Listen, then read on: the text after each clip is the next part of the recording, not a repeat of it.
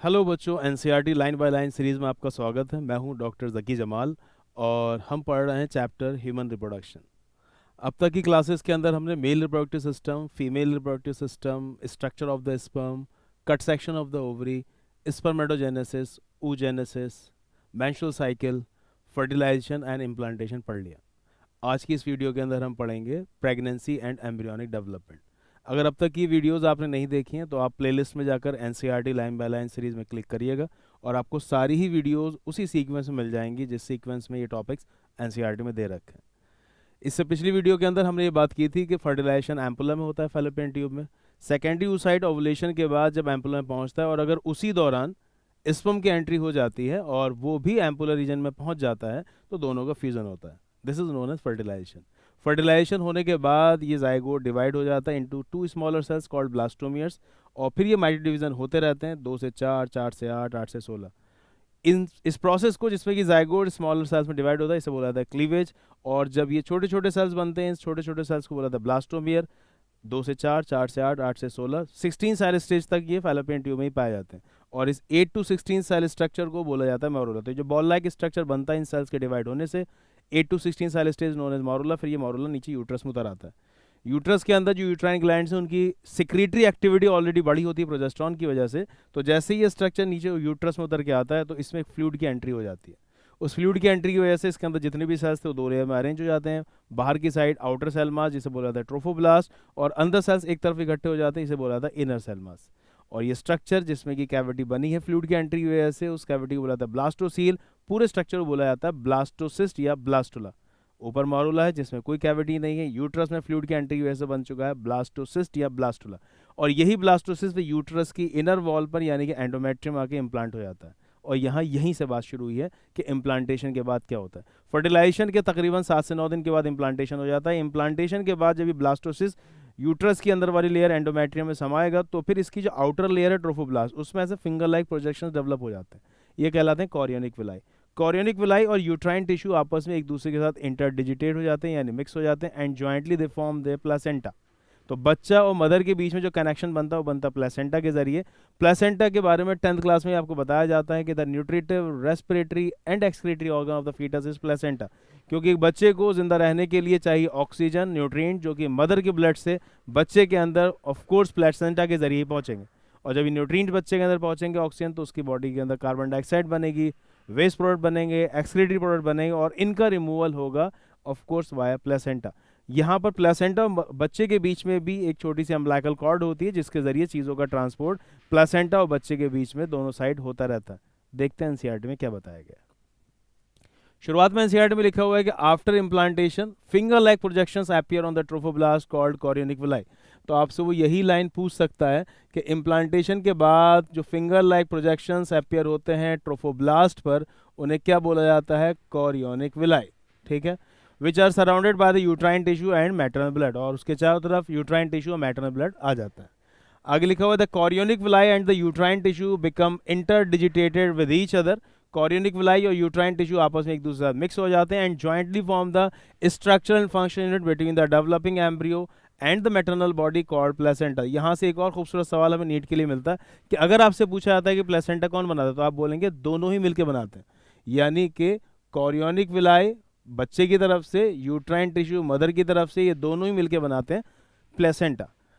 आगे एनसीईआरटी में लिखा हुआ the placenta facilitate the supply of oxygen nutrients. इसी प्लेसेंटा के जरिए ऑक्सीजन न्यूट्रिएंट्स सप्लाई होंगे बच्चे को and the removal of carbon dioxide, waste materials and the excretory material produce by the embryo. तो इस प्लेसेंटा के जरिए बच्चे को माँ से ऑक्सीजन न्यूट्रिएंट्स पहुंचेंगे और बच्चे की बॉडी में जो carbon dioxide, waste material, excretory material मिल रहा है उनका रिमूवल होगा।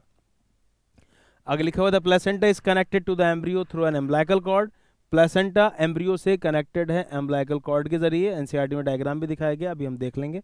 विच helps in the transport of substances to and from the embryo, जिसके जरिए ट्रांसपोर्ट होता है सब्सटेंसेस का मदर से बच्चे की तरफ और बच्चे से माँ की तरफ। The placenta also acts as an endocrine tissue. NCERT में आगे बताया गया प्लेसेंटा एक एंडोक्राइन टिश्यू की तरह भी काम करता है, यानी इससे निकलते हैं हार्मोन्स। 4 हार्मोन के नाम आपको याद करने हैं, SCG, HPL, estrogen and progesterone. SCG is human chorionic gonadotropin. ये वही हार्मोन है जो कि यूरिन में देखा जाता है जिससे कि प्रेगनेंसी हो रही है या नहीं ये कंफर्म होता है। HPL ह्यूमन प्लेसेंटा लैक्टोजन, और इसके अलावा एस्ट्रोजन, प्रोजेस्ट्रोजन। देखते हैं एनसीईआरटी में नाम बताए गए हैं। हार्मोन जो प्लेसेंटा से प्रोड्यूस होते हैं वो है HCG human chorionic gonadotropin, HPL human placenta lactogen, इसके अलावा oestrogen and progestrogen. In the later phase of pregnancy hormone called relaxin is also secreted by the ovary. Relaxin hormone की जरूरत पड़ती है डिलीवरी के बाद, पार्चुरेशन में, ये बर्थ पैसेज को रिलैक्स करता है ताकि बेबी पुश होकर दुनिया में आ सके। यहाँ समझने की बात है, एनसीईआरटी ने बताया कि relaxin produce by the ovary. Ovary तो बहुत बड़ा नाम हो गया, असल में ओवरी के अंदर भी जो कॉर्पस ल्यूटियम है वो निकालता है। अभी कुछ साल पहले नीट एग्जाम में सवाल पूछा गया था कि रिलैक्सिन इज प्रोड्यूस बाय, तो आपको वहाँ पर ऑप्शन ओवरी नहीं दे रखा था, इसकी जगह ऑप्शन दे रखा था corpus luteum.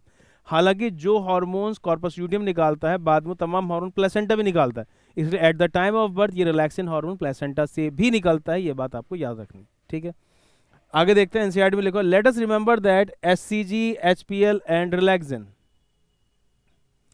Are produce in women only during pregnancy. बेहतरीन लाइन है, बहुत बार कंपटीशन में ये सवाल आ चुका है कि ऐसे कौन से हार्मोन है which are produce in women only during pregnancy. Only during pregnancy, आपको 3 नाम याद रखने, HCG, HPL एंड रिलैक्सिन।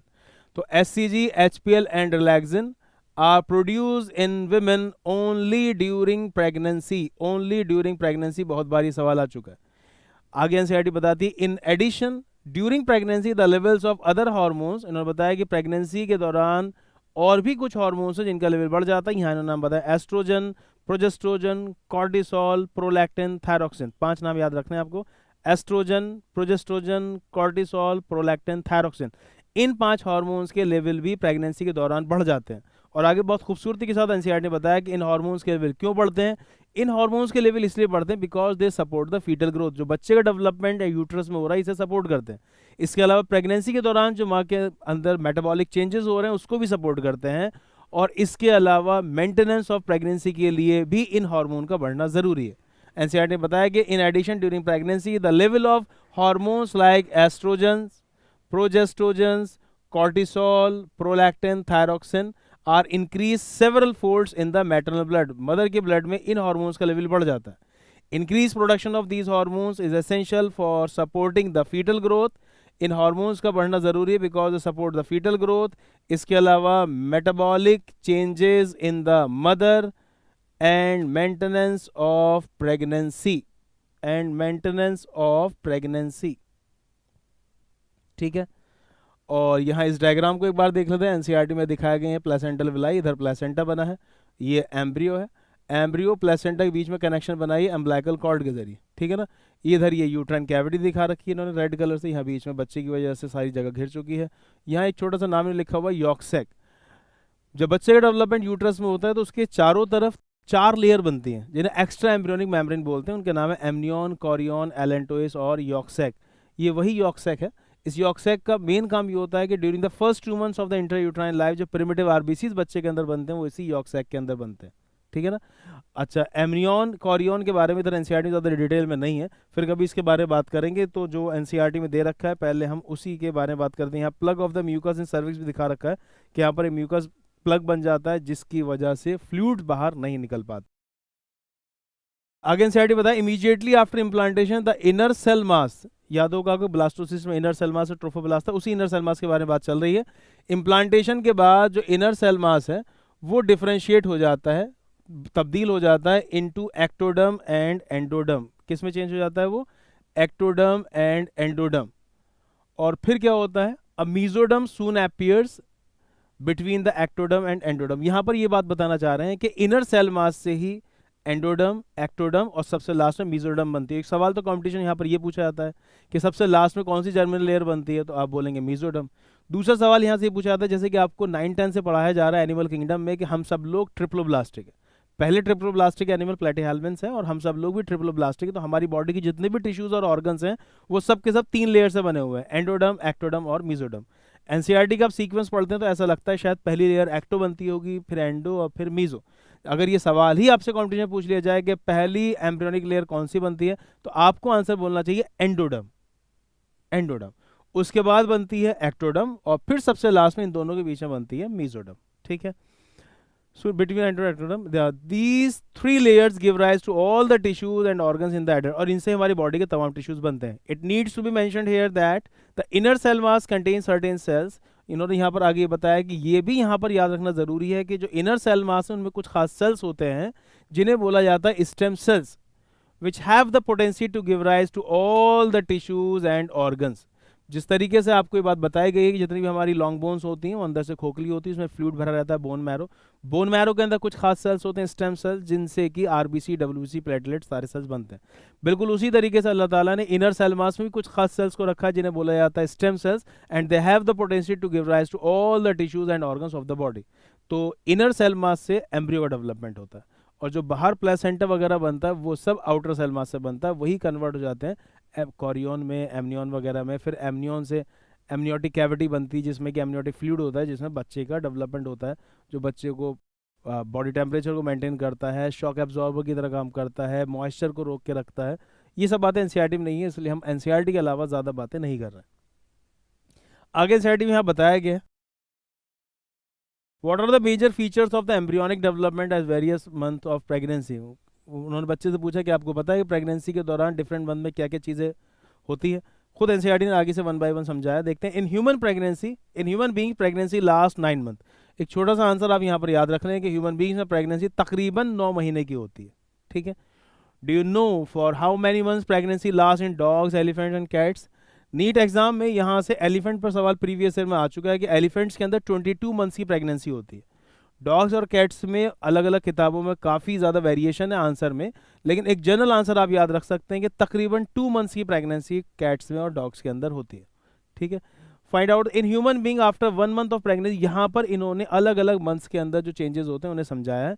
आपको पूरी बात याद ये रखनी, प्रेगनेंसी 9 मंथ्स की होती है, उन्हें हम 3 पार्ट में डिवाइड कर सकते हैं। शुरू के 3 month first trimester, second 3 month यानी 4, 5, 6 सेकंड ट्राइमेस्टर, और लास्ट के 3 मंथ्स कहलाता थर्ड ट्राइमेस्टर। फर्स्ट ट्राइमेस्टर पहला, दूसरा, तीसरा महीना, सेकंड ट्राइमेस्टर 4, 5, 6, और थर्ड ट्राइमेस्टर 7, 8 और 9 मंथ। जब प्रेगनेंसी 1 महीने की हो जाती है तो फीटल हार्ट साउंड सुनाई देने लगता है, क्योंकि फीटल हार्ट बन जाता है। पहली बात इन्होंने यहाँ पर यही समझाई।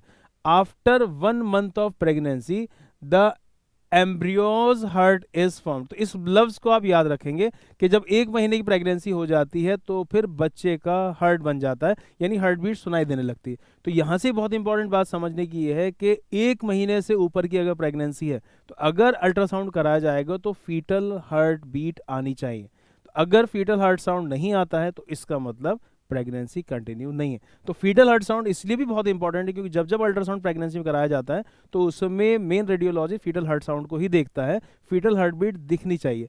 अब यहाँ पर लाइन याद रखने की, कब से बच्चे की दिल की धड़कन सुनाई देने लगती है? तो एम्ब्रियो का हार्ट 1 मंथ पर बन जाता है, तो 1 महीने के बाद जब भी कभी अल्ट्रासाउंड कराया जाएगा तो बच्चे की दिल की धड़कन अल्ट्रासाउंड में लिख कर आती है। आगे बताया, the first sign of the growing fetus may be notice by listening the heart sound carefully through the stethoscope. ये सवाल भी नीट में अभी तक नहीं आया, हो सकता है पूछ लिया जाए कि the first sign of growing fetus, first sign of growing fetus क्या है? तो आप बच्चे की दिल की धड़कन सुन सकते हैं थ्रू स्टेथोस्कोप। बहुत दफ़ा ऐसा भी होता है कि पोजीशन इस तरीके की है बेबी की, आप बहुत अच्छी क्वालिटी का भी स्टेथोस्कोप यूज़ कर रहे हैं तो भी आपको हार्ट साउंड सुनाई नहीं देगा, लेकिन यूएसजी में अल्ट्रासाउंड में आ जाता है। By the end of the second month of pregnancy the fetus develop limbs and digits. जब सेकंड मंथ प्रेगनेंसी का पूरा हो जाता है तो बच्चे के लिम्स और डिजिट्स मतलब हल्के हल्की सी उंगलियां भी बनना शुरू हो जाती हैं। तो एक ये सवाल याद रख लेंगे कि by the end of the second month, 2 महीने पूरे होने के बाद प्रेगनेंसी के, fetus develops limbs and digits, बच्चे के हाथ पैर और उंगलियां बन जाते हैं। By the end of 12 weeks, 12 weeks मतलब कि फर्स्ट ट्राइमेस्टर शुरू के 3 महीने पूरे हो चुके हैं, तब क्या होता है? Most of the major organ systems are developed. ज़्यादातर ऑर्गन सिस्टम बच्चे के, जैसे कि डाइजेस्टिव सिस्टम है, रेस्पिरेटरी सिस्टम है, एक्सक्रीटरी सिस्टम है, most of the major organ systems are formed. ज़्यादातर ऑर्गन सिस्टम बन जाते हैं। आगे एक चीज़ और भी बताई नहीं, the limbs and the external genital organs are well developed. तो सेकंड मंथ कंप्लीट होने पर लिम्स वगैरह इतने अच्छे से डेवलप नहीं किए होते हैं, लेकिन जब 3 महीने पूरे हो जाते हैं तो लिम्स और external genital organs are well developed, बहुत अच्छे से एक्सटर्नल जेनिटल ऑर्गन्स भी दिखने लगते हैं। तो 3 महीने का अल्ट्रासाउंड पर अल्ट्रासाउंड करने वाले रेडियोलॉजिस्ट को ये पता चल जाता होगा कि डेवलपिंग बेबी गर्ल है या बॉय है। यहाँ से बात समझने की। The first movement of the fetus, बच्चा जब हाथ पैर चलाना शुरू करता है, and the appearance of hair on head, और सर पर उसके बाल, usually observe during the 5th month. सबसे ज्यादा सवाल कंपटीशन में यहाँ से यही पूछा गया है कि मदर को पहली बार बच्चे के मूवमेंट का एहसास कब से होता है? तो during 5th month of pregnancy the first movement of the fetus and appearance of hair on the head are usually observe during the 5th month. इसलिए जब 5 महीने की प्रेगनेंसी हो जाती है, जब जब लड़की विजिट करने के लिए प्रेग्नेंट लेडी डॉक्टर के पास जाती है, तो वहाँ पर उनकी डॉक्टर यही एडवाइस करती है कि बच्चे के मूवमेंट का ध्यान रखिएगा। बच्चे के मूवमेंट कब से सुनाई देने लगते हैं, कब से उसका एहसास होने लगता है मदर को बच्चे के मूवमेंट का एहसास होने लगता है 5वें महीने से। तो अगर कभी भी खुदा न खास्ता ऐसा होता है 5वें महीने से लेकर 9 महीने के बीच में कभी भी ऐसा होता है कि 1-2 घंटे हो गए बच्चे के मूवमेंट्स का एहसास नहीं हो रहा है, तो फिर फ़ौरन अपने डॉक्टर को जाकर मिलना चाहिए, दिखाना चाहिए, और वो वहाँ पर अल्ट्रासाउंड के जरिए देखेंगे कि खुदा ना करे कोई दिक्कत वाली बात तो नहीं। तो 2 बहुत इंपॉर्टेंट चीज़ें हैं कि जब 1 महीने की प्रेगनेंसी पूरी हो जाती है तो बच्चे के दिल की धड़कन सुनाई देने लगती है, और 5वें महीने की प्रेगनेंसी से ही बच्चे के मूवमेंट्स का एहसास माँ को होने लगता है। हालांकि बीच में उन्होंने ये बताया कि जब 2 महीने की प्रेगनेंसी पूरी हो जाती है तो बच्चे के हाथ पैर, उंगलियां, लिम्स और डिजिट्स बन जाते हैं। 3 महीने की प्रेगनेंसी जब पूरी हो जाती है तो most of the major organ systems are developed, और इसके अलावा लिम्स और external genital organs are well developed. शानदार लाइन है कि 5वें महीने से बच्चे के फर्स्ट मूवमेंट का माँ को एहसास होता है, और अल्ट्रासाउंड करने पर बच्चे के सर पर बाल भी नजर आने लगते हैं।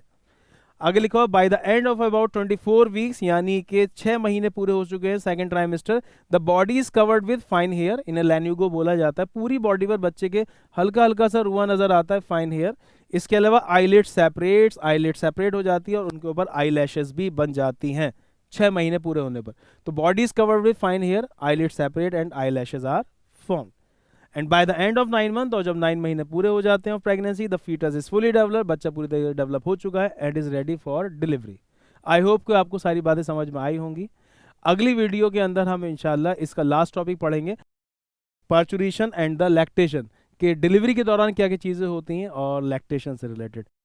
अगर आपको वीडियो अच्छी लगी हो तो चैनल को सब्सक्राइब करें, वीडियो को लाइक करें, और कोई भी डाउट अगर आपको वीडियो से रिलेटेड होता है तो नीचे आप कमेंट सेक्शन में मुझे ज़रूर लिखें और मैं उसका आपको जवाब देता रहूँगा। तब तक के लिए खुदा हाफिज़।